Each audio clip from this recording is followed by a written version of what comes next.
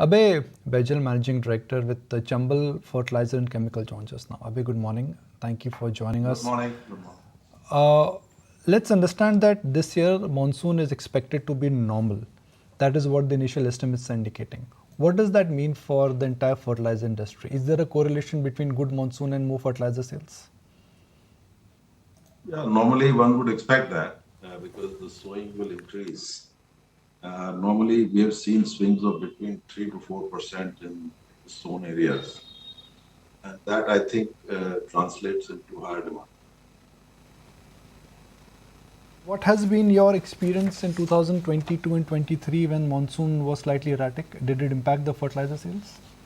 No, it depends on which area you are in. Some of the companies are in fairly well irrigated areas. For instance, Chambal is in Punjab, Haryana, parts of Rajasthan, mostly Rajasthan, some parts of Madhya Pradesh and so on.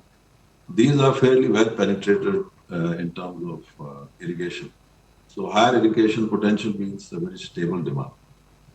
However, there are companies which are exposed to areas like Maharashtra, Karnataka, North Karnataka, where there could be higher swings in demand.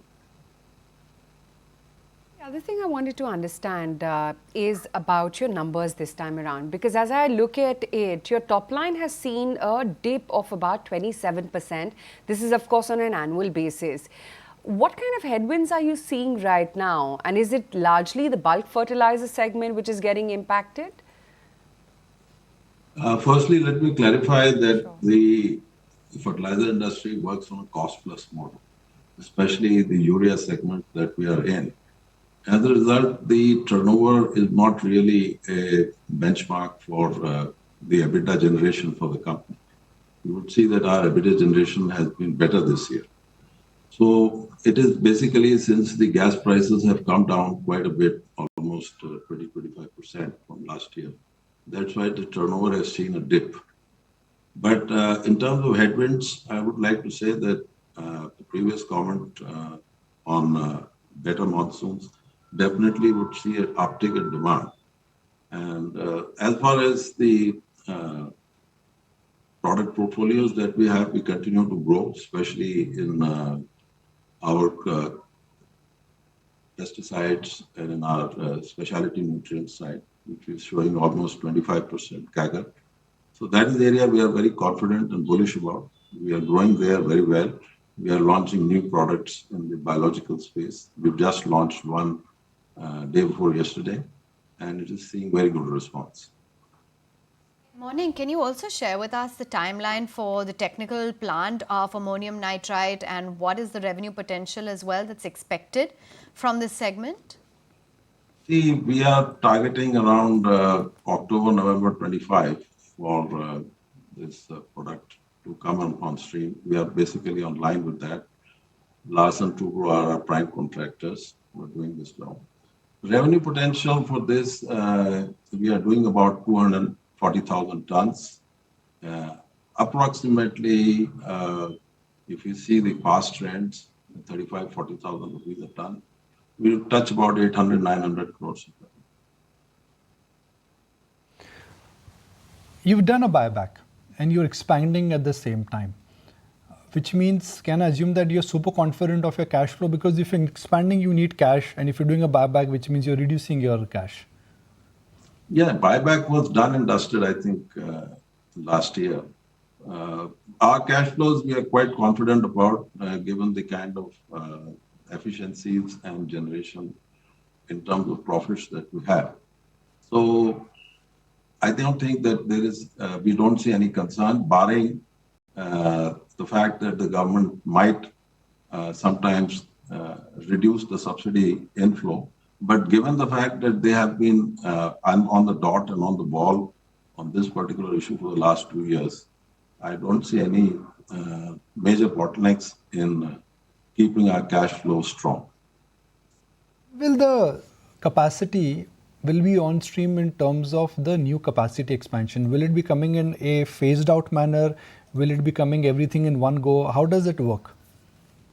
Are you talking about the TAN plant? Well, it will come in one shot. The plants are designed to come on stream. Of course, there are sometimes bottlenecks or problems in commissioning. But should that not happen, we will be on stream on full capacity basis. And we should be touching the number of 80-90% capacity utilization fairly soon. If the plant is well commissioned and if the plant is well constructed, which I'm sure it will be. Abhay, what is it that you can tell us about your new businesses, crop protection, nutrient segment? What is the visibility like for the next 2 to 3 years? I would say they are this most exciting part of our business, the way that we are growing. And we have put out in our previous presentations a figure of almost 370 crores EBITDA from this business by 26-27. But the way we are growing, I think we should be achieving that much sooner. Our top line is already almost 1,100-1,200 crores per annum on this business. And we feel that the farmer now requires differentiated, better products with specificity in terms of crops.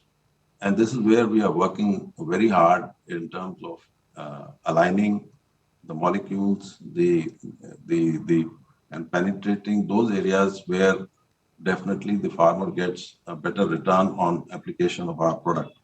I'm happy to announce that we have introduced one biological product last year, which is quite a bit of a success. It was reported in the Microbiologist magazine as one of the best commercializations.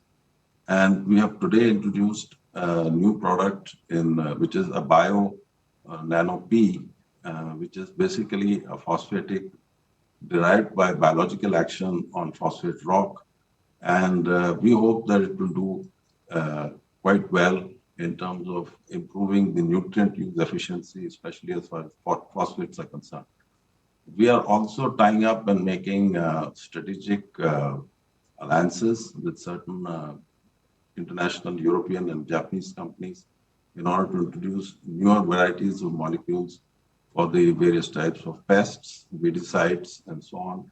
So I think on the whole, the portfolio development of this business is quite satisfactory, and we are happy to press the accelerator even more on this particular line of business. Okay, thank you for joining in, and good to have you on board to understand a little bit more about how the business is shaping up. That's the management of Chambal Fertilizers. High demand for fertilizers is expected due to the monsoon, and they're launching quite a few new projects and our new products rather, and are eyeing 800 to 900 crore in terms of revenue from Ammonium Nitrate. If you like this video, then like, share and subscribe to ET Now.